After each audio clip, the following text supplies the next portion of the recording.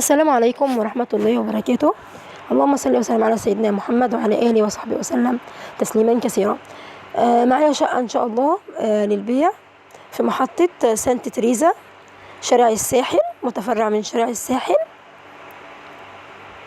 الشقة تعتبر في شبرا مصر، محطة سانت تريزا. تنزل محطة سانت تريزا توصل للشقة على طول. سعر الشقة 135,000 جنيه. مفيش شقة في المكان دوت شقة تمليك سعرها 135,000 جنيه، لكن الشقة اللي معانا سعرها 135,000 جنيه. مساحتها 40 متر يا جماعة صافي، 40 متر صافي، اوضتين وصالة ومطبخ وحمام. الدور الأول بعد الأرضي على طول. احنا بقول عليه الدور التاني، هو الدور الأول الأرضي وبعد كده الدور التاني. الدور الأول بعد الأرضي. الشقة سعرها 135,000 جنيه. فيها بلكونة. الشقة منورة، صحابها مهتمين بيها. شقة جميلة في مكان حيوي، في مكان حلو في سانت تريزا، يعني مكان حيوي جدا في شبرا مصر. بينك وبين العتبة بقى ووسط البلد حاجات بسيطة، في منطقة حيوية. تنزل من مترو توصل على طول للشقة. الشقة مساحتها سعرها 135,000 جنيه. 135,000 جنيه. مساحتها 40 متر، اوضتين وصالة ومطبخ وحمام وبلكونة. 13 شارع حسين زيدان، متفرع من ذو الفقار الساحل، محطة مترو سانت تريزا. الشقة فيها عدادات، عداد مية وعداد غاز وعداد كهرباء، مكونة من غرفتين وصالة منورة. الغرف موجود فيها شبابيك، كلها شبابيك والله يا جماعة، منورة جدا، مهوية قوي. بص شباك في الصالة، وبرضه باب البلكونة ده كده باصص على الشارع اهو. دي البلكونة.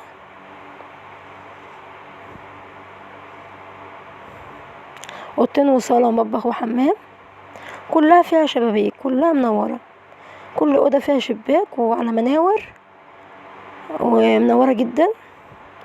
الشقة 135,000 جنيه، 40 متر، في الدور الأول الأرضي، وبعدين هي الشقة في الدور الأول بعد الأرضي على طول. وفي ناس بتقول عليه الدور التاني. الشقة إن شاء الله تعجبكم. هتنزل محطة سانت تريزا، هتوصل للشقة. الشقة فيها بلكونة منورة كلها، مع العلم انها صغيرة بس حلوة، يعني 40 متر وصغيرة بس حلوة ومنورة وفي مكان حيوي. انت قريب من وسط البلد. سعرها 135,000 جنيه. مفيش حاجة في المكان ده في شبرا مصر حاجة سعرها 135,000 جنيه، لا قانون قديم. بس بما ان الشقة بتاعتنا اللي احنا عارضينها مساحتها صغيرة، فعشان كده سعرها 135,000 جنيه. الشقة موجود فيها عدادات، ورقها سليم جدا. فيها عداد مية وعداد غاز، يعني حضرتك هتيجي تسكن فيها على طول. ان شاء الله تعجبكم.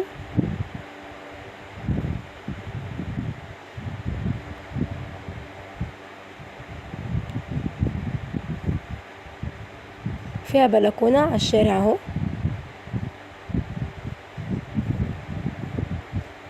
منورة كلها، حتى الصالة فيها شباك، كل حتة فيها شباك، جميلة يعني.